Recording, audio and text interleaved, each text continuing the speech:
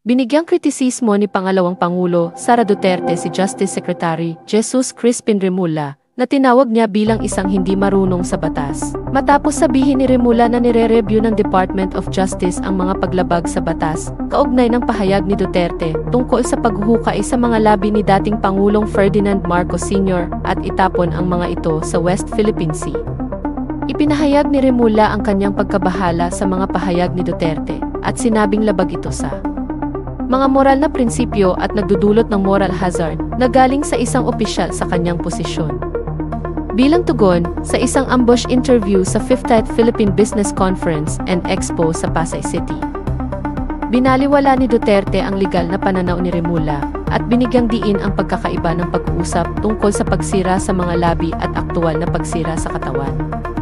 Ipinaliwanag niya na ang pag-uusap tungkol sa mga namatay ay hindi labag sa batas, bagamat maaaring maging sensitibo o bawal na paksa para sa ilan. Pinuna ni Duterte si Remulla dahil umano hindi nito naunawaan ang pagkakaibang ito at sinabing bilang isang abogado, dapat agad na niyang naintindihan ang pagkakaiba.